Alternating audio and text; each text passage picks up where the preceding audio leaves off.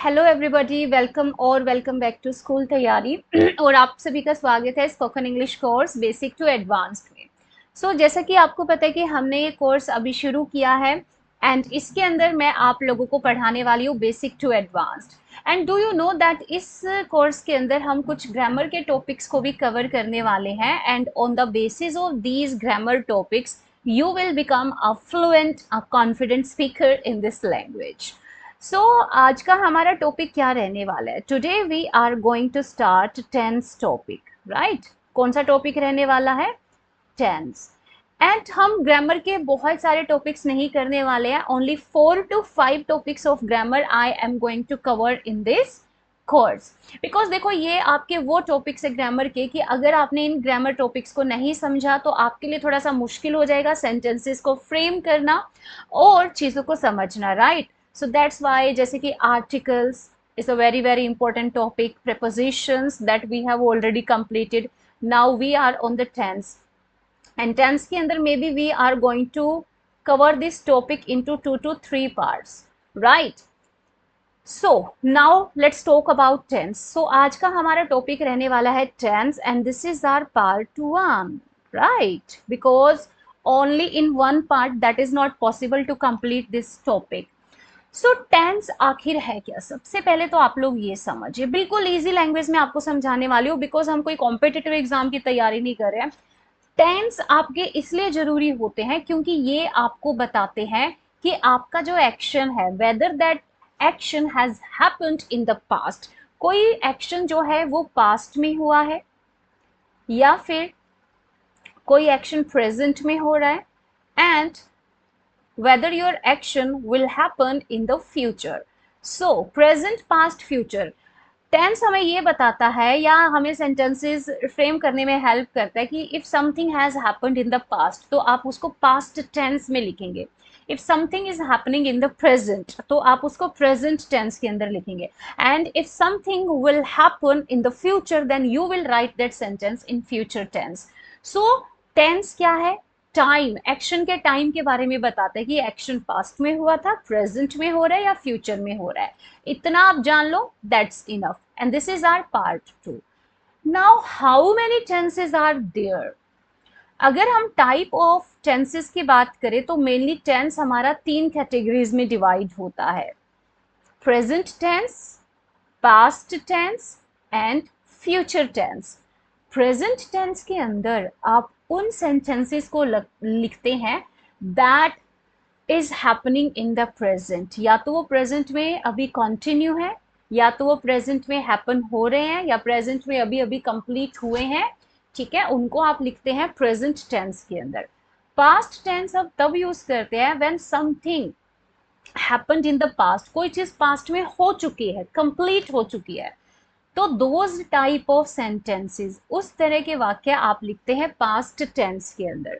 Now if we talk about future tense, for example future में आपने कुछ decide किया, you are going to do something in future, तो वो जो भी आप सेंटेंसेस लिखेंगे you will write those sentences in future tense. Okay, so now listen to me carefully. आपको क्या लगता है? There are total 12 tenses, total हमारे 12 टेंसेस होते हैं, जैसे कि present indefinite, present continuous, present perfect and present perfect continuous.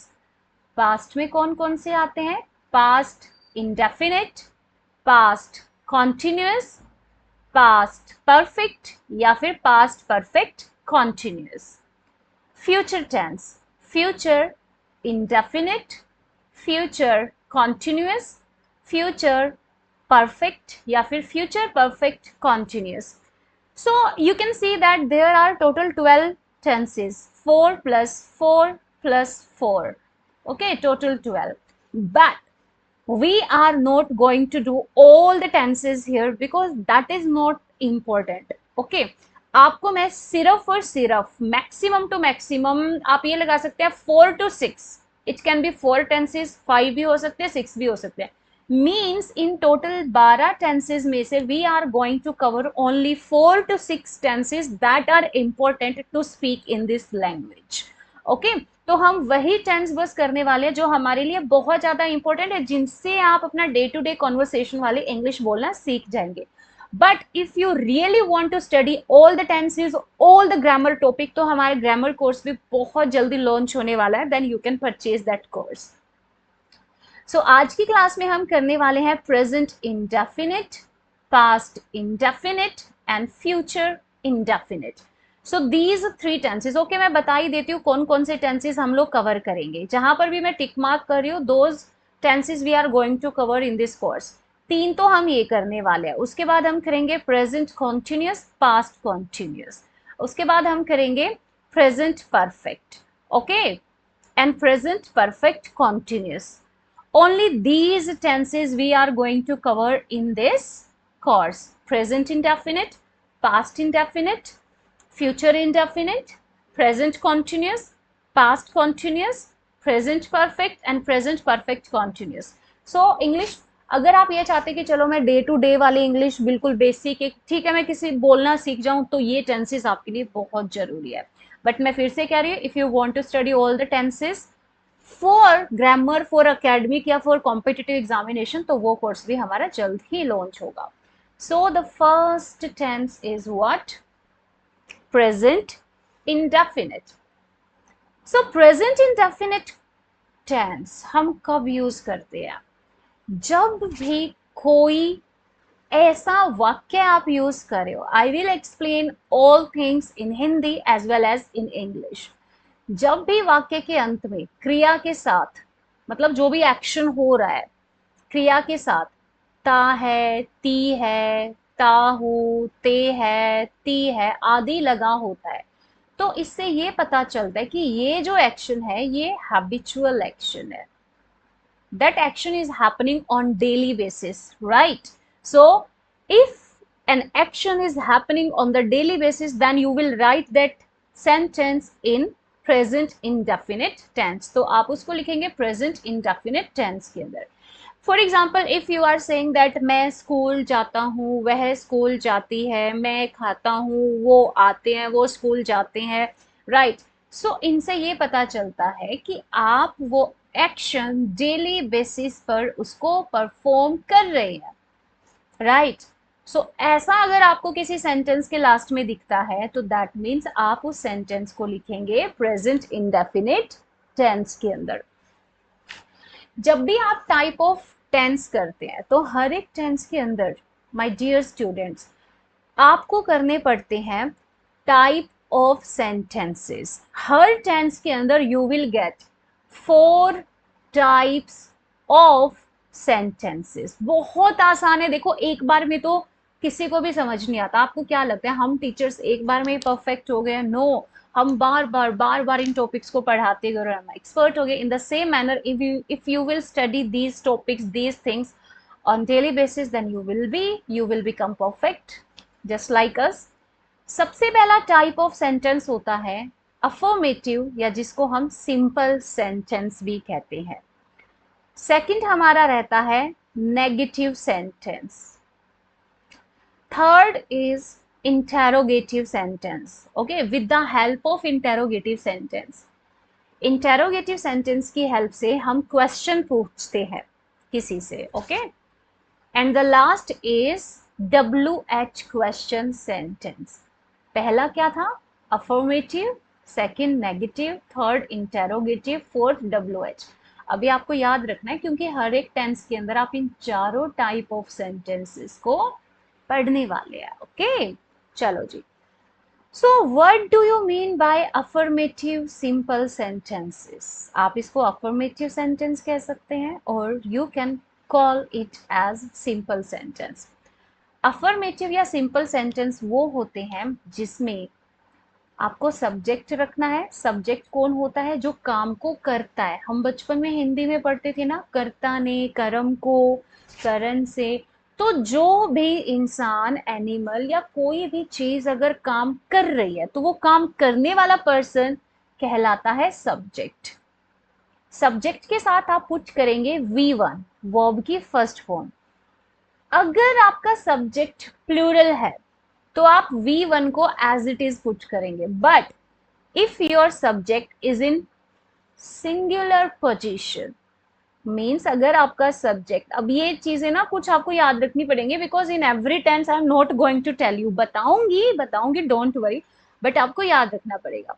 अगर आपका सब्जेक्ट सिंगुलर पोजीशन में है, मतलब एक वचन में है, एक ही पर्सन, एक ही एनिमल, एक ही चीज की बात हो रही है, तो आप अपने वर्ब को करेंगे एस और ई एस लगाकर सिंगुलर। ये बिल्कुल नाउन से अपोजिट होता है। जब आप नाउन में एस और ई एस लगाते हो तो वो प्लूरल बनता है, बट जब आप वर्ब के अंदर एस या ई एस लगाते हैं तो वो सिंगुलर बनता है। Okay, singular subject, singular verb. Singular verb how you will frame, verb की फर्स्ट फॉर्म, उसके साथ एस या ई एस लगाएंगे। कुछ वर्ब्स ऐसे होते हैं जिनके साथ हम एस लगाते हैं, जैसे कि रीड के साथ आप लगाएंगे एस, रीड्स, बट वॉच, देखना, वॉच के साथ लगाएंगे आप ई एस। ठीक है।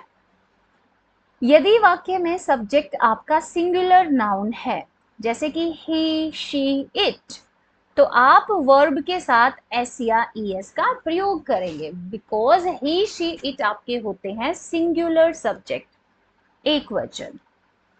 लेकिन यदि आपका सब्जेक्ट प्लूरल नाउन है, बहुवचन है, जैसे कि आई, वी, यू, दे, तो ये हमेशा अपने साथ प्लूरल वर्ब लेंगे। ठीक है, तो इनके साथ, वर्ब के साथ एस और ई एस का प्रयोग नहीं होगा। आपको पता है, आपको लगेगा कि आई तो मैम सिंगुलर हुआ ना when we are talking about only us, जब हम सिर्फ अपने बारे में बात करें, सिर्फ एक पर्सन के बारे में, तो ये तो सिंगुलर है, तो ये प्लूरल वर्ब कैसे आएगी? देखो, there are some rules, there are some patterns in every language that we have to follow.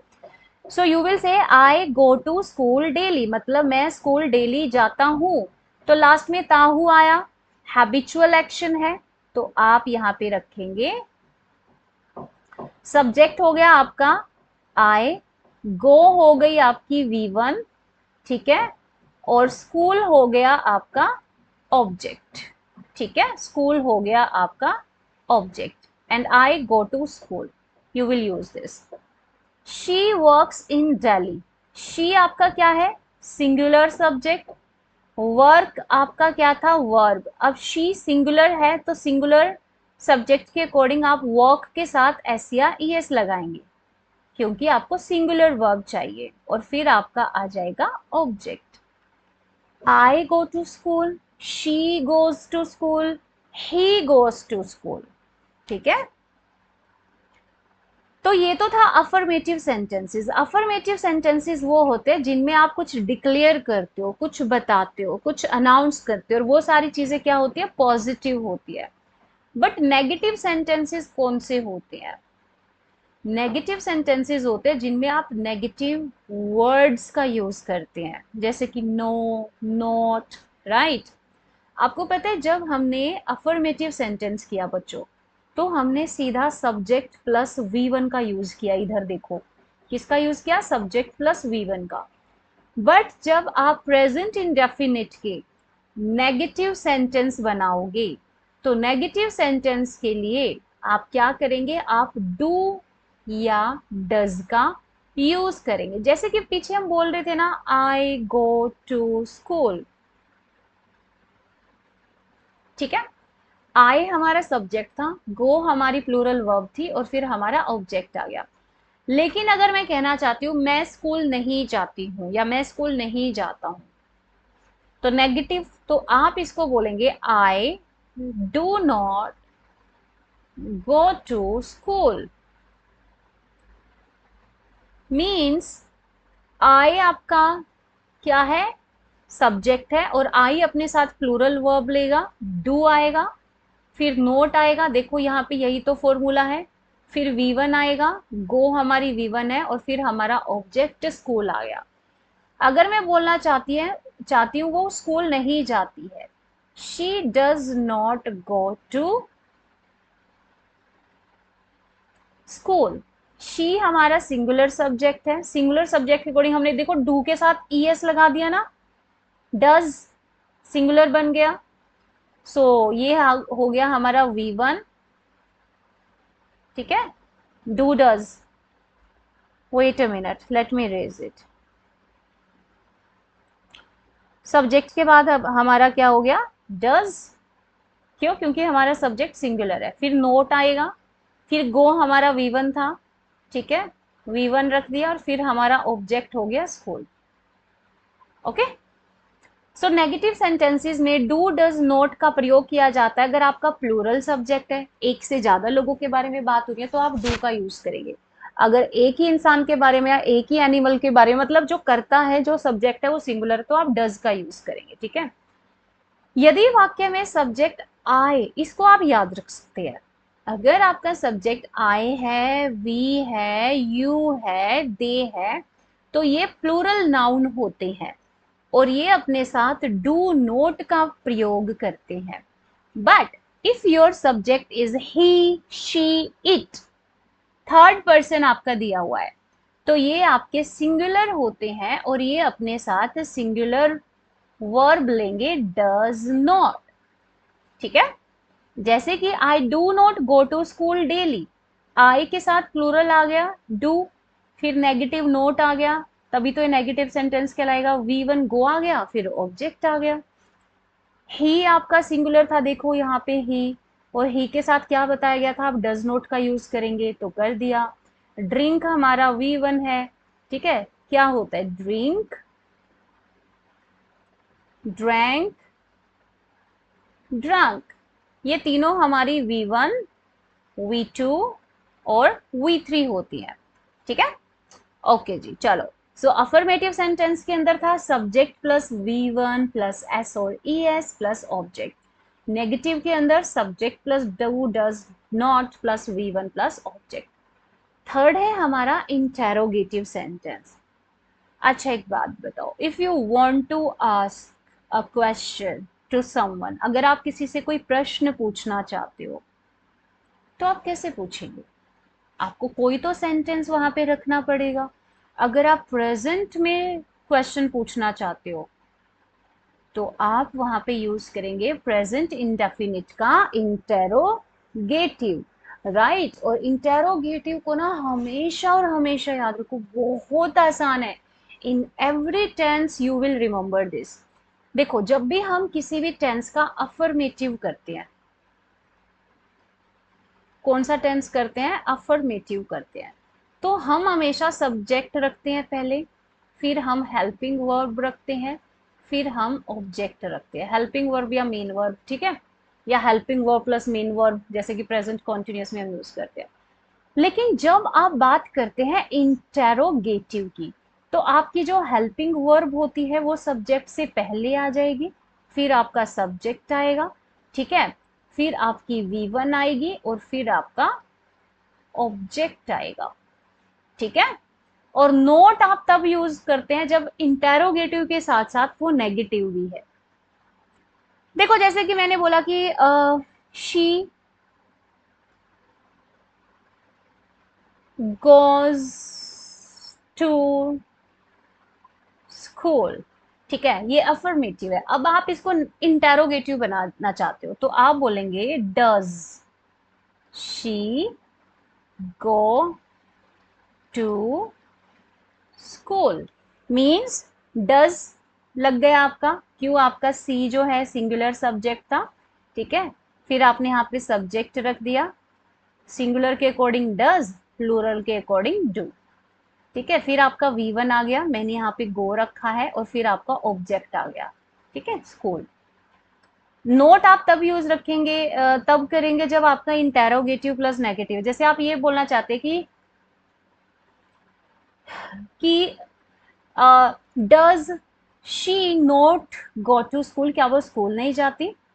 हम्म, जैसे कि आपने नेगेटिव में बोला शी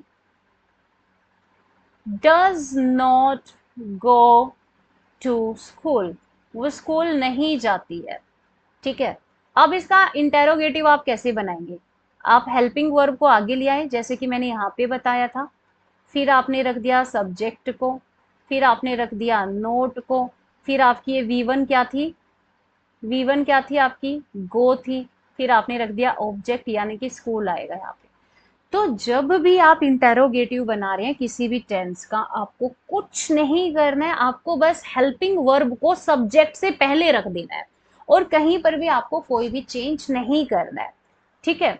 चलो, सो इंटेरोगेटिव सेंटेंसेस जो कि क्या से शुरू होते हैं, इंग्लिश ट्रांसलेशन बनाने में वाक्य के शुरू में डू या डज का प्रयोग किया जाता है प्रेजेंट इंडेफिनिट में।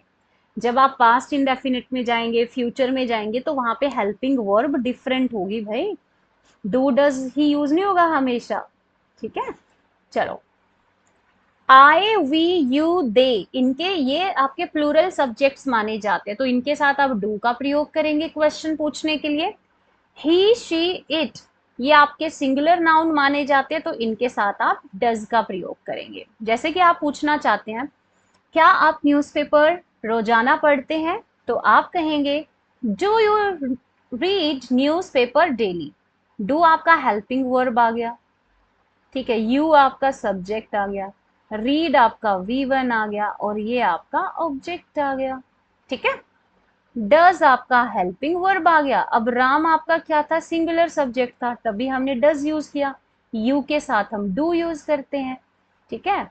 वर्क हार्ड, ठीक है, और बाद में आता है आपका ऑब्जेक्ट। देखो एक बार में ना बच्चों, टू बी ऑनेस्ट, बहुत आपको हो सकता है ये थोड़ा डिफिकल्ट लगे, क्योंकि एक तो टेंस से ना बहुत सारे बच्चे डरते हैं, लेकिन आपको अपना ना एक माइंड बना के बैठना होगा पढ़ने के लिए। अगर आप शुरू में ही ये सोच के बैठेंगे that oh tense is very difficult, I will not be able to understand this topic, समझ ही नहीं आएगा। एक आप अपना एटीट्यूड बना के बैठोगे कि no, I will definitely understand this topic, okay, and I will revise also, then you will understand each and everything of this topic. So now WH question, अभी हम किसका कर रहे हैं, प्रेजेंट इंडेफिनिट का। जिस हिंदी वाक्य के बीच में क्या, कैसे, क्यों, कब, कहाँ, किस लिए आदि प्रश्नवाचक शब्द लगे होते हैं ना, ठीक है, जिस हिंदी वाक्य के बीच में क्या, कैसे, क्यों, कब, कहाँ, ठीक है, तो ये WH क्वेश्चन कहलाते हैं, ठीक है। और प्रेजेंट इंडेफिनिट टेंस में आपको पता है, प्रेजेंट इंडेफिनिट टेंस में हमने अफर्मेटिव किया, हमने नेगेटिव किया, we have finished interrogative, now we are doing WH। तो ये चारों टाइप के सेंटेंस आपको हर टेंस में पढ़ने को मिलेंगे, ठीक है। और जब हम धीरे धीरे अपना ये कोर्स आगे बढ़ता जाएगा ना, आपको समझ आएगा कि अच्छा, why Pooja ma'am has taught us tense topic, क्यों पढ़ाया था बिल्कुल कोर्स के शुरू में ही, ओके। में इस प्रकार के वाक्यों का इंग्लिश अनुवाद बनाने का रूल इस प्रकार है। स्ट्रक्चर, अच्छा ठीक है, एक बात बताओ, do you remember the interrogative sentence of present indefinite, जिसमें हमने क्या किया था, डू डज, मतलब हेल्पिंग वर्ब पहले ले आए थे, फिर सब्जेक्ट था, फिर V1 था, फिर ऑब्जेक्ट था। पीछे चलते हैं, देखो ऐसा ही तो था, ऐसा ही तो था। Let me change the colour of the pen, इधर देखो, डू डज था, फिर सब्जेक्ट था, फिर V1 था, फिर ऑब्जेक्ट था। आपको कुछ नहीं करना है, when you are making WH question sentence ना, आपको कुछ नहीं करना है। ये जो आपका इंटेरोगेटिव नहीं दिख रहा आपको यहाँ पे, डज, फिर सब्जेक्ट, फिर V1, फिर आपका ऑब्जेक्ट, आपको कुछ नहीं करना। आपको इंटेरोगेटिव सेंटेंस के आगे सबसे शुरू में आपको बस वहां पे WH क्वेश्चन को पुट करना है। किसको पुट करना है, WH क्वेश्चन को, whether you want to ask why, where, how, what, which, okay, interrogative sentence ko you will remember, and when you want to make WH question sentence, just put WH word there, right? So for example, अगर आप पूछना चाहते हैं कि does Pooja not go to school daily, क्या Pooja daily school नहीं जाती, तो आप इंटेरोगेटिव यूज कर रहे हैं, does Pooja not go to school daily. लेकिन जब आपने पूछा कि पूजा डेली स्कूल क्यों नहीं जाती है, तो क्यों, क्यों मीन्स WH क्वेश्चन की बात आ गई। तो आपको वहां पे किस तरीके का आप क्वेश्चन पूछ रहे हो, क्यों पूछ रहे हो, कैसे पूछ रहे हो, क्या पूछ रहे हो, कब पूछ रहे हो, कहाँ, किस लिए, सो आप वहां पे WH वर्ड रखेंगे। ठीक है। अच्छा सुनो ध्यान से, आपको मैं एक और बोनस टिप देने वाली हूँ। In every class I give bonus tip and in this class I am also going to give you bonus tip. आपके जो क्वेश्चंस होते हैं ना, वो दो टाइप के होते हैं, या तो यस और नो, या तो ऐसे क्वेश्चन जिनका आंसर यस या नो होगा, या तो ऐसे क्वेश्चन जिनका आंसर कोई ना कोई प्रॉपर एक सेंटेंस होगा। जैसे कि मैंने पूछा आर यू फाइन, तो आप बोलेंगे यस या नो। लेकिन जब मैंने पूछा कि वाई आर यू फाइन, आप सही क्यों है, आप ठीक क्यों है, तो आप उसका जवाब यस देंगे, यस, तो अगला पर्सन सोचेगा oh she is a stupid girl, मैं पूछ क्या रहा हूँ, वो आपसे रीजन पूछ रहा है, why are you fine, you can say that okay I am feeling mentally and physically fit, that's why I am fine. तो आपके दो तरीके के क्वेश्चंस होते हैं, एक तो वो जिनका आंसर सिर्फ यस और नो में दिया जा सकता है, एक वो जिनका एक प्रॉपर वाक्य होगा आंसर। तो जो यस और नो वाले क्वेश्चन होते हैं उनमें आपको हेल्पिंग वर्ब मिलेगी शुरू में, मीन्स इंटेरोगेटिव वाले हैं ये, और जो सेंटेंस वाले होंगे वो आपके WH वाले होते हैं। समझे? ओके, चलिए क्वेश्चन लेते हैं। अगर मैं सिर्फ इंटेरोगेटिव पूछना चाह रही थी कि क्या वो हमेशा सच बोलती है, तो ये आपका इंटेरोगेटिव होगा। ठीक है। डज आपका हेल्पिंग वर्ब हो गया, शी आपका सब्जेक्ट हो गया, स्पीक आपका V1 हो गया, and then it is your object, right. But ये तो हो गया आपका interrogative, does she speak the truth always, but when you are putting WH here, how does she speak the truth always, देखो कितना डिफरेंस आ गया। जब आपने पूछा does she speak the truth always, तो आप क्वेश्चन पूछ रहे हैं कि क्या वो हमेशा सच बोलती है, लेकिन जैसे ही मैंने हाउ रखा यहाँ पे, तो अब इसका मीनिंग हो गया कि वो कैसे हमेशा सच बोल लेती है। तो जब आप पूछ रहे थे does she speak the truth always, क्या वो हमेशा सच बोलती है, तो इसका जवाब क्या यस और नो हो सकता है? बिल्कुल। तो आप बोलेंगे yes she always speaks the truth, no she never speaks the truth। But जब आपने पूछा हाउ डज, वो वो डेली सच, वो हमेशा सच कैसे बोल लेती है, तो क्या आप इसका जवाब यस या नो दे सकते हो? नहीं, तो उसका कोई ना कोई सेंटेंस ही होगा, because she really loves to speak the truth. Okay, she is not a liar at all. So that's why this is called WH question. Okay. Now some important rules we are going to discuss about present indefinite. देखो अब हम total only 6 tense करने वाले, total 12 tense है लेकिन हम 6 करने वाले। अगर ये 6 टेंस भी आपने शुरुआती तौर पे, देखो बेसिक चल रहा है अभी, सीख लिए ना तो आप इंग्लिश बोलना सीख जाओगे स्टार्टिंग बिल्कुल अच्छे से। जो भी हमारे रेगुलर और रिपीटेड एक्शंस होते हैं, ठीक है, रेगुलर और रिपीटेड एक्शन मतलब जो आप डेली बेसिस पे करते हो, जैसे कि आप ये बोलते हैं हिंदी में, मैं डेली सुबह वॉक पर जाता हूँ, सैर पर जाता हूँ या सैर पर जाती हूँ, तो क्या आप डेली जाते हो? Exactly exactly। तो जो भी आपके हैबिचुअल एक्शन होते हैं जो आप डेली बेसिस पे करते हो, उन सभी सेंटेंसेस को आप प्रेजेंट इंडेफिनिट में लिखते हो। सो you will say I go for a walk every morning. I आपका हो गया सब्जेक्ट, और गो आपका हो गया V1, देन आपका आई गो फॉर अ वॉक, ये हो गया आपका ऑब्जेक्ट। तो यही तो पढ़ा था हमने, subject plus V1 plus object. और अगर मान लो यहाँ पे शी होता तो फिर क्या लगता? Goes, she goes for a walk every morning. ठीक है, बिकॉज शी सिंगुलर है, गोज लेगा, आई अपने साथ प्लूरल लेता है, गो आएगा। जो भी यूनिवर्सल ट्रूथ होते हैं जिनको कोई इंसान नहीं बदल सकता, वो है तो है। जैसे कि सूरज पूरब से निकलता है, ऐसा तो नहीं है कि कल ओके नाउ आज सूरज भाई साहब का मूड है that I will rise from the west, no. Okay, so सूरज पूरब से निकलता आया था, निकल रहा है और निकलेगा, तो ये एक यूनिवर्सल ट्रूथ है। ठीक है, तो आप जो यूनिवर्सल ट्रूथ होते हैं उनको भी आप सिंपल प्रेजेंट या प्रेजेंट इंडेफिनिट में लिखते हैं। द सन सब्जेक्ट है, सन एक ही है, सिंगुलर है।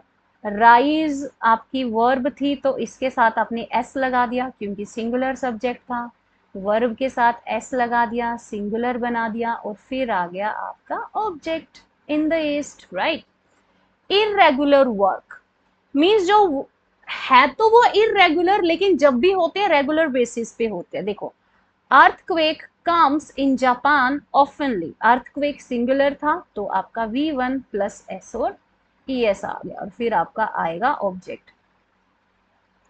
And do you know that is not necessary that you always get object in your sentence. जरूरी नहीं है कि आपको हमेशा ऑब्जेक्ट मिले, बिना ऑब्जेक्ट का भी आपका सेंटेंस हो सकता है। जैसे कि आप ये बोले आई रन, मैं दौड़ती हूँ, where is object, no, okay. चलो, टीवी रेडियो पर जो कमेंट्रीज होती हैं वो भी सिंपल प्रेजेंट टेंस में होती है। जैसे कि Virat strikes the ball, Virat subject singular, strike verb थी, एस लगाना पड़ा, क्यों? क्योंकि विराट सिंगुलर है तो V1 प्लस एस और ES और plus object. The cabinet minister, अब ये क्या है? ये एक अनाउंसमेंट है। कैबिनेट मिनिस्टर सिंगुलर सब्जेक्ट था, साइन वर्ब था, V1 के साथ एस लगाना पड़ा क्योंकि हमारा सब्जेक्ट सिंगुलर था और फिर आ गया ऑब्जेक्ट। जो भी स्केड्यूल्ड एक्शंस होते हैं, जो भी निर्धारित कार्य होते हैं, उनको भी हम सिंपल प्रेजेंट में लिखते हैं। The shop singular, shop singular है तो आप V1 के साथ एस या ES लगाएंगे और फिर आपका object. Now listen to me carefully, that is very very important rule. अगर आपका एक्सक्लेमेटरी वाक्य हेयर एंड देयर से शुरू होता है, एक्सक्लेमेटरी जिनमें हैरान होने वाली बात होती है, exclamatory sentences are those sentences in which you get surprised, okay, जिनमें आपको सरप्राइज मिलता है, आप हैरान हो जाते हो एकदम से। तो अगर हेयर एंड देयर से शुरू होने वाले एक्सक्लेमेटरी सेंटेंसेस है तो आप उनको सिंपल प्रेजेंट टेंस में लिखोगे। जैसे कि here comes the bus, the bus singular, V1 plus S और ES, ठीक है। देयर गोज शी के अकॉर्डिंग हमने गोज रखा है, देयर के अकॉर्डिंग नहीं रखा है, ठीक है। यदि किसी वाक्य में, that is very very important, मैं ये कहती हूँ कि अगर आपने सिर्फ ये रूल भी सीख लिया ना, आप सिंपल प्रेजेंट पूरा छोड़ो। अगर आपने इस स्लाइड पे लिखे हुए इस रूल को समझ लिया तो on the basis of this rule only you will be able to frame sentences in simple present, ठीक है। सुनो ध्यान से, अगर आपको किसी वाक्य के अंदर ऑलवेज, नेवर, इनमें से कोई भी एक वर्ड, सारे नहीं मिलेंगे एक ही सेंटेंस के अंदर, you will get only one word.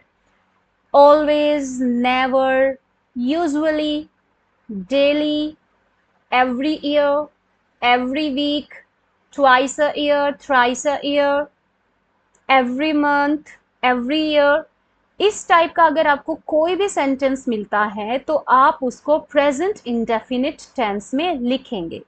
जैसे कि he usually goes to movie, ठीक है।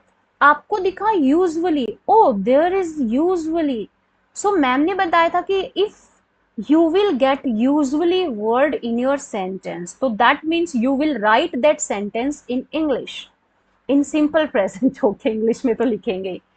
तो आपने देखा यूजुअली लिखा हुआ है, मुझे तो ये सेंटेंस सिंपल प्रेजेंट में बोलना पड़ेगा या लिखना पड़ेगा। तो अब बताओ, ही क्या है? सब्जेक्ट है। गोज क्या है? V1 प्लस एस या ES लगाना पड़ रहा है क्योंकि ही सिंगुलर सब्जेक्ट है, फिर आपका ऑब्जेक्ट।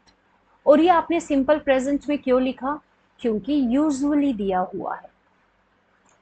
पूजा often comes late, often, okay, often दिया हुआ है, ऑफन दिया हुआ है तो उस सेंटेंस को हम लिखेंगे सिंपल प्रेजेंट में।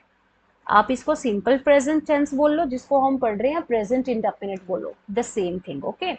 Comes late, Puja subject, V1 plus S और ES, ठीक है। अब देखो यहाँ पे ऑब्जेक्ट नहीं है, लेट यहाँ पे आपको पता है क्या, एडवर्ब का काम कर रहा है, ठीक है। That is not necessary that you will get object in every sentence, okay.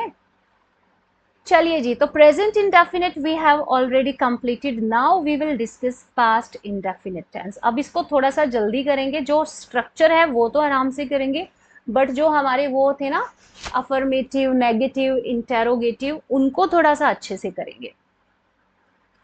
Past indefinite tense आप तब यूज करते हैं जब आपका कोई काम पास्ट में पूरा हो चुका है। मैंने खाना बनाया था, मैं स्कूल गई थी, मैं ऑफिस गई थी।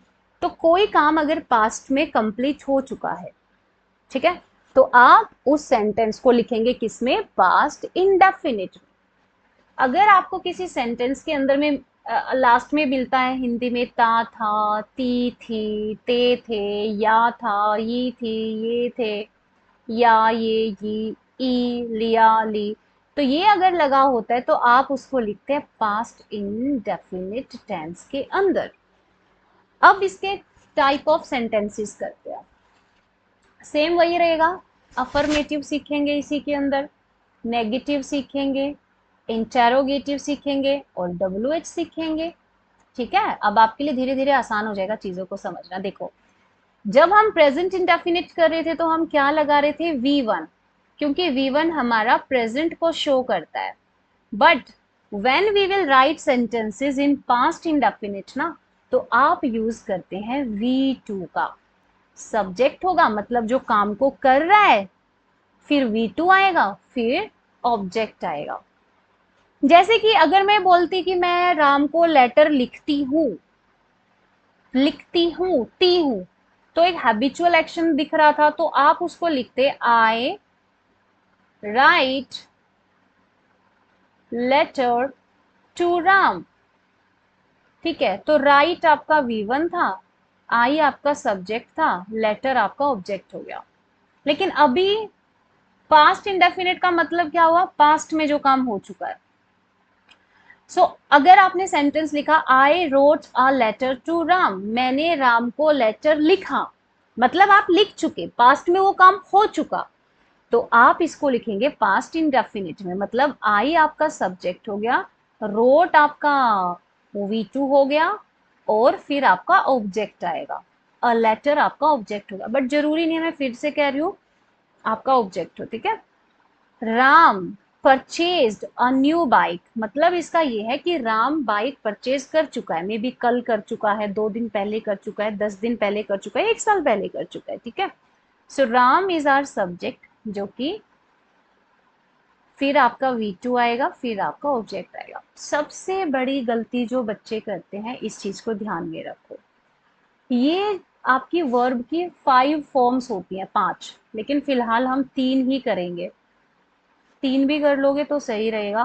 ठीक है, V1, V2 एंड V3। आपको पता है, आप सिर्फ V1 के साथ एस या ES लगाते हो उसको सिंगुलर बनाने के लिए, प्लूरल है तो V1 एज इट इज रहेगा। लेकिन अगर आप V2 या V3 यूज कर रहे हो, जैसे कि आपने यहाँ पे परचेज यूज किया, परचेज ये आपका V1 है, परचेज्ड ये आपका V2 है, परचेज्ड ये आपका V3 है। क्या हमने राम सिंगुलर सब्जेक्ट था, हमने परचेज किया है, क्या हमने ऐसे लिखा है, एस लगाया है हमने, नहीं, क्योंकि ये गलत है। आप कभी भी वर्ब की पास्ट फॉर्म को, आप कभी भी वर्ब की पास्ट फॉर्म को आप उसको सिंगुलर या प्लूरल नहीं बनाते हो, वो एज इट इज यूज होगी। इसीलिए आप गलती मत कर देना कि अच्छा राम सिंगुलर सब्जेक्ट है तो फिर हमने परचेज के पीछे एस या एस लगाना है, नो। पास्ट फॉर्म जो होती है वर्ब की V2, वो ऐसे ही यूज होगी, चाहे आपका सब्जेक्ट सिंगुलर है, चाहे आपका सब्जेक्ट प्लूरल है। ठीक है, अब आती है नेगेटिव सेंटेंस। आपको याद है जब हम प्रेजेंट इंडेफिनिट कर रहे थे तो वहां पे नेगेटिव को हम कैसे लगा रहे थे, वहां पे हम डू नॉट तो यूज कर रहे थे प्लूरल के साथ, प्लूरल नाउन के साथ, और डज नॉट हम यूज कर रहे थे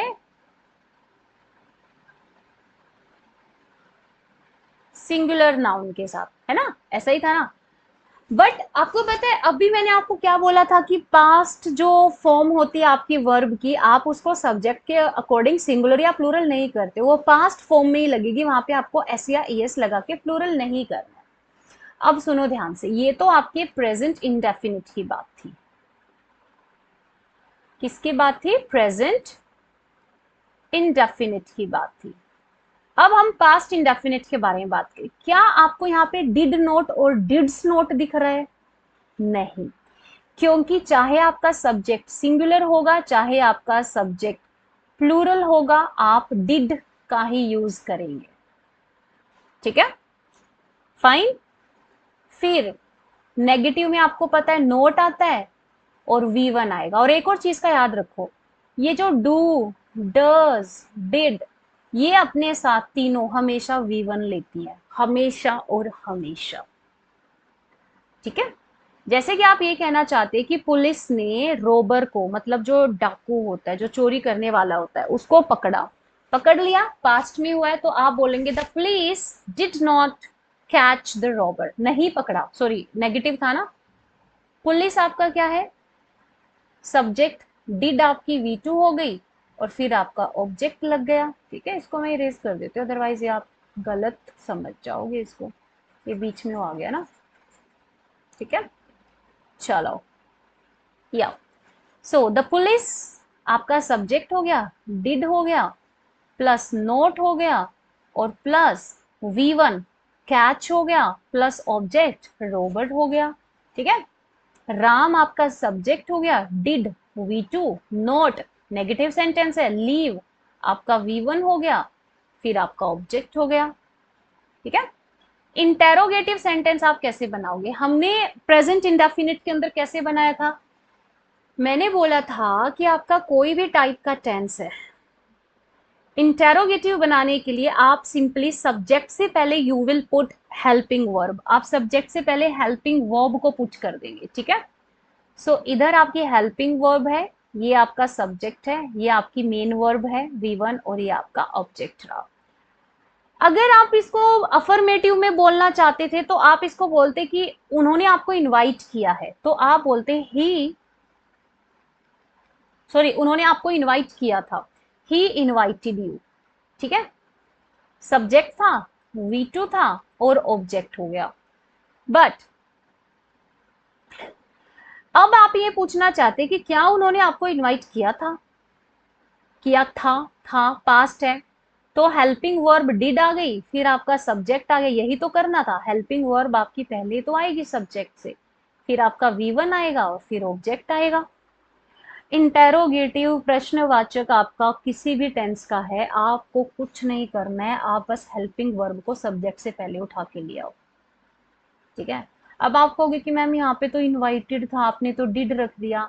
बच्चे, जब आप सिंपल प्रेजेंट का नेगेटिव बनाते हो, इंटेरोगेटिव बनाते हो, तो डू डज का यूज करना पड़ता है। जब आप सिंपल पास्ट का या पास्ट इंडेफिनिट का इंटेरोगेटिव बनाते हो तो डिड का यूज करना पड़ता है। ठीक है, डिड यू, डिड आपका हेल्पिंग वर्ब हो गया, यू आपका सब्जेक्ट हो गया, ब्रेक आपका V1 हो गया, और फिर object. WH question of past indefinite. Yes, मैंने बोला था ना, डिड आपका helping verb, then subject, then V1 plus object. क्या ये आपको इंटेरोगेटिव नहीं लग रहा इतना, है ना? और मैंने बोला था कि इंटेरोगेटिव के आगे आपको सिर्फ WH क्वेश्चन को जोड़ना है, वो देखना आपको वाई पूछना चाह रहे हो, क्यों, व्हाट, क्या, व्हेन, कब, हाउ, कैसे, वेयर, कहां पर, होम, किसके द्वारा, हु, कौन। अब आपको देखना पड़ेगा कि आप पूछना क्या चाह रहे हो, तो वही वर्ड आप वहां पे लगा देंगे। जैसे कि अगर आप सिर्फ इतना पूछना चाहते थे कि क्या उसने कपड़े धोए थे, तो आप इसको पूछेंगे did she wash the clothes. लेकिन अगर आप ये पूछना चाहते हैं कि उसने कब, कहां पर धोए थे, तो अब आपको इसके आगे WH लगाना पड़ेगा, कहां पर। अब कहां पर होता है वेयर, तो आप बोलेंगे where did she wash the clothes, उसने कपड़े कहां पर धोए थे। अगर आप सिर्फ इंटेरोगेटिव पूछना चाह रहे थे, did Ram and Mohan eat for dinner, क्या उन्होंने डिनर के लिए खाया था कुछ, तो ये सिर्फ इंटेरोगेटिव था। लेकिन अब ये पूछना चाहते कि राम और मोहन ने डिनर के लिए क्या खाया था, तो आपने इसके आगे WH लगा दिया, व्हाट। तो यही तो खेल है सारा। ओके, नाउ लिसन, इससे रिलेटेड एक इंपॉर्टेंट रूल करवाने वाले, जैसे सिंपल प्रेजेंट में करवाया था ना, डेली है, यूजुअली है, ऑफन है, ऑलवेज है, ये अगर सेंटेंस के अंदर है तो आप सिंपल प्रेजेंट टेंस का यूज करेंगे। ऐसे ही पास्ट इंडेफिनिट से रिलेटेड भी होता है। यदि किसी वाक्य में कुछ ऐसे शब्दों का प्रयोग किया जाता है जो कि पास्ट के बारे में बता रहे हैं, जैसे कि येस्टरडे, प्रीवियस डे, पहला दिन, पिछला दिन, अगो, लास्ट डे, मतलब जैसे आज मंडे है, लास्ट डे का मतलब हुआ संडे, ठीक है। लास्ट वीक, ये जो अभी वीक चल रहा है इससे पिछला वीक। लास्ट ईयर, जैसे अभी 2024 चल रहा है इससे पिछला वीक। लास्ट मंथ, अभी जैसे मान लो जुलाई चल रहा है इससे पिछला वीक जून। तो अगर इनमें से आपको कोई भी वर्ड आपको सेंटेंस के अंदर दिखता है, yesterday, previous day, ago, last day, last week, last year, last month, तो आप उसको पास्ट इंडेफिनिट में लिखोगे, मतलब सेकंड फॉर्म में। जैसे कि यहाँ पे आपने बोला I have come to know that his father, मुझे ये पता चला, देखो पता आपको अभी चला है, तो ये तो आपका प्रेजेंट परफेक्ट में जाएगा, मतलब हैव प्लस V3, क्योंकि आई है ना, आई के साथ हैव लगेगा। लेकिन उनके फादर की जो डेथ हुई थी वो तो लास्ट वीक हुई थी ना, मतलब पिछले सप्ताह, पास्ट में हुई थी। तो आपने ये कैसे प्रेजेंट परफेक्ट में लिख दिया, ये गलत है। इसीलिए आप यहाँ पे हिज फादर हो गया सब्जेक्ट और डाइड हो गया V2 और फिर आपका ऑब्जेक्ट आएगा, ठीक है। अब आप ये बोलो कि मैम यहाँ पे भी तो फिर हमें केम यूज करना चाहिए, आई केम टू नो, इसका मतलब क्या होगा कि मुझे पता चला था, नहीं, आपको अभी पता चला कि उनके फादर लास्ट वीक, उनके फादर की डेथ हो गई, राइट। तो जो काम हुआ है वो तो पास्ट में हुआ है ना, डेथ होने का, तो वो तो आप V2 में लिखोगे, लेकिन आपको पता तो अभी चला है ना, जो अभी पता चला तो उसको तो प्रेजेंट में लिखोगे ना। And now we are on the future indefinite tense. 3 tense आज हम कंप्लीट करें इस क्लास के अंदर। नेक्स्ट क्लास के अंदर हम करेंगे बाकी के हमारे 3 टेंसेस, ठीक है, उनको थोड़ा और अच्छे से करेंगे, ये तो है ही इंपॉर्टेंट, वो भी बहुत ज्यादा इंपॉर्टेंट है। देखो प्रेजेंट इंडेफिनिट हम तब यूज करते हैं, जो हम पढ़ चुके हैं, जब प्रेजेंट में कोई काम हैबिचुअल एक्शन है, डेली हो रहा है। पास्ट इंडेफिनिट जो पास्ट में हो चुका है। फ्यूचर इंडेफिनिट जो पास्ट, जो फ्यूचर में जाके काम होगा। फ्यूचर इंडेफिनिट टेंस के हिंदी वाक्य के अंत में क्रिया के साथ गा, जैसे कि वह स्कूल जाएगा, वह स्कूल जाएगी, वो आएंगे, ये लगा होता है। इसके भी वही है, affirmative sentence, negative sentence, interrogative sentence and WH sentence. Affirmative कैसे लिखा जाता है फ्यूचर इंडेफिनिट का? सब्जेक्ट आएगा, शैल विल, V1 और ऑब्जेक्ट। आप ना एक काम करो, अपने घर पे ना डेली 10-20 आप ना वर्ब्स याद किया करो, कॉमन वर्ब्स जो होती है ना डेली बेसिस की, जैसे रीड, राइट, ईट, वॉक, रन, और इन सभी कॉमन की आप V1, V2 और V3 याद किया करो, ठीक है। सो देखो, अगर आपका सब्जेक्ट आई या वी है, आई और वी के साथ हम यूज करते हैं शेल का, और बाकी के जितने भी ही, शी, इट, दे, ये जितने, या किसी का नाम, इनके साथ हम यूज करते हैं विल का। बस आई और वी के साथ हम शेल का यूज करेंगे, ठीक है, शेल।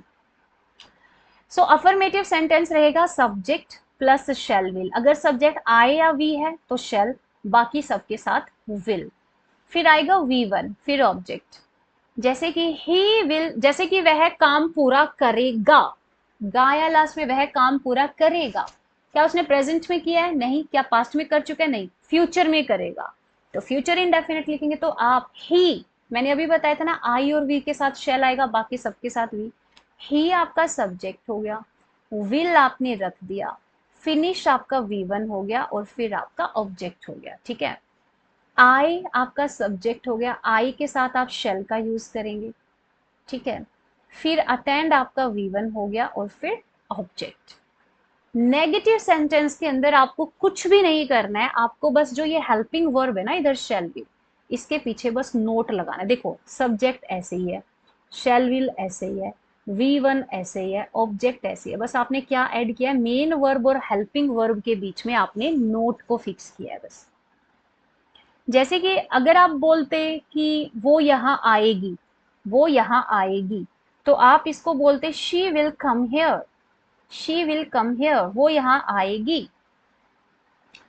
ठीक है, शी सब्जेक्ट, विल आपका हेल्पिंग वर्ब, कम आपका V1। ठीक है, लेकिन अब आप अब आप कह रहे कि वो यहाँ नहीं आएगी, नेगेटिव है, शी सब्जेक्ट, विल आपका, क्योंकि शी के साथ विल लगेगा, नोट आपका नेगेटिव, कम आपका V1, और फिर now interrogative sentences. Interrogative sentence के अंदर याद आया कि आपको कुछ नहीं करना, आपको सिंपली हेल्पिंग वर्ब को सब्जेक्ट से पहले उठा के रखना है, बाकी सब कुछ सेम रहेगा, तो that will become your interrogative sentence. अगर आप अफर्मेटिव बोलना चाह रहे थे, दे विल कम टुमारो,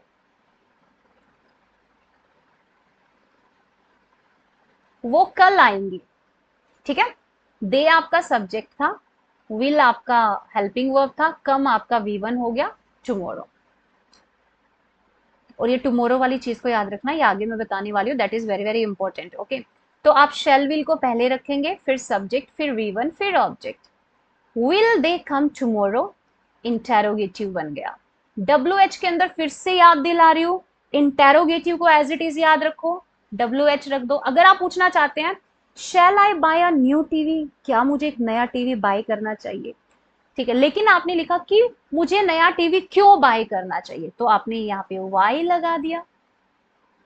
अब जैसे हमने प्रेजेंट इंडेफिनिट, पास्ट इंडेफिनिट से रिलेटेड रूल किए थे, ऐसे ही एक दो इंपॉर्टेंट रूल हम फ्यूचर इंडेफिनिट से करेंगे। देखो, अगर आपको किसी भी सेंटेंस के अंदर tomorrow, next year, next month, next week दिख जाए, तो वो सेंटेंस आपका फ्यूचर इंडेफिनिट में लिखा जाएगा।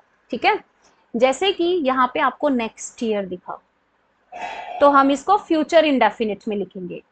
आई शैल टेक माई एग्जामिनेशन, मतलब मैं एग्जामिनेशन दूंगी। ठीक है, आई के साथ शेल, V1, फिर आपका ऑब्जेक्ट, और नेक्स्ट ईयर की वजह से हमने ये फ्यूचर इंडेफिनिट में लिखा है। देखो अब यहाँ पे लिखा है ना, शेल का प्रयोग आई और वी के साथ किया जाता है, और बाकी के जितने भी प्रोनाउंस है या नाउन है उनके साथ विल का प्रयोग किया जाता है। जैसे we shall, but she will. Okay, we shall clean the door, but she will clean the door. Last, he she it you they के साथ कुछ कंडीशंस में शेल का तथा वी के साथ विल का प्रयोग किया जाता है। ओके, जब वाक्य में प्रोमिस, देखो वैसे तो हम आई और वी के साथ शेल का यूज करते हैं और बाकी के प्रोनाउंस के साथ विल का, लेकिन अगर मान लो प्रोमिस की, वादा करने की बात हो रही है, थ्रेट, डराने की बात हो रही है, डिटर्मिनेशन, पूरा निष्ठावान होने की बात हो रही है, तो फिर यहाँ पे रूल अपोजिट हो जाता है। अगर ऐसा कुछ है तो आप आई और वी के साथ फिर विल का यूज करते हो और बाकी सबके साथ शेल का यूज करते हो। जैसे कि I will inform your father about your failure, तुम जो फेल हुए हो ना, मैं तुम्हारे फादर को कंप्लेन कर दूंगा या बता दूंगी, तो एक थ्रेट है ना, डर है। आप, हमने क्या सीखा था कि आई के साथ शेल आता है, लेकिन यहाँ पे थ्रेट की, डराने की बात हुई है, इसलिए हमने विल यूज किया। ठीक है, जैसे कि आपने किसी को प्रोमिस किया कि मैं आपकी मदद करूंगी या करूंगा, वैसे तो हमें बोलना चाहिए आई शेल हेल्प यू, अगर देखे तो ऐसा बोलना चाहिए ना, आई शेल हेल्प यू, लेकिन नहीं, आप एक प्रोमिस कर रहे हो, और प्रोमिस कर रहे हो तो आई के साथ आप विल का यूज करेंगे, आप बोलेंगे आई विल हेल्प यू। ऐसा ही बोलते ना इंग्लिश में, जब बोलना होता है मैं आपकी मदद करूंगा या करूंगा। अब देखो, अगर जनरली देखे तो ही के साथ विल का यूज होना चाहिए था, कि वो मेरी मदद करेगा, ही विल हेल्प मी, लेकिन प्रोमिस है तो ही के साथ आप शेल का यूज करेंगे, अपोजिट हो जाएगा। ठीक है, तो ये था बच्चों आज का हमारा टॉपिक। आई होप आप सभी को समझ आए, क्योंकि देखो ये जो मैंने आपको आर्टिकल्स करवाया है, प्रेपोजिशन करवाया, टेंस करवाया, आई थिंक एक और टॉपिक आपका ग्रामर का रहेगा बस। उसके बाद आने वाली जो भी आपकी क्लासेस रहेंगी, 40, 50, 60, जितनी भी आपकी क्लासेस रहेंगी, उनमें हम करेंगे इन सभी चीज़ों के यूसेस, बहुत सारे सेंटेंसेस करेंगे, कॉन्वर्सेशंस करेंगे, रेस्टोरेंट के अंदर हैं तो कैसे बात करें, स्कूल में गए हैं तो कैसे बात करें, अगर आप एक मदर हैं, आप बच्चे के पीटीएम अटेंड करने जा रहे हैं तो कैसे बात करें, आप ट्रिप पे जा रहे हैं तो कैसे बात करें। So these things we will do, but उससे पहले ये 4-5 आपको ग्रामर के टॉपिक समझना बहुत जरूरी, अदरवाइज आप सेंटेंस ही नहीं बना पाएंगे, ठीक है। तो इसी के साथ इस क्लास को हम यहीं पे करेंगे off, and we will meet in the next class. Till then, happy learning to all of you. Bye bye, take care.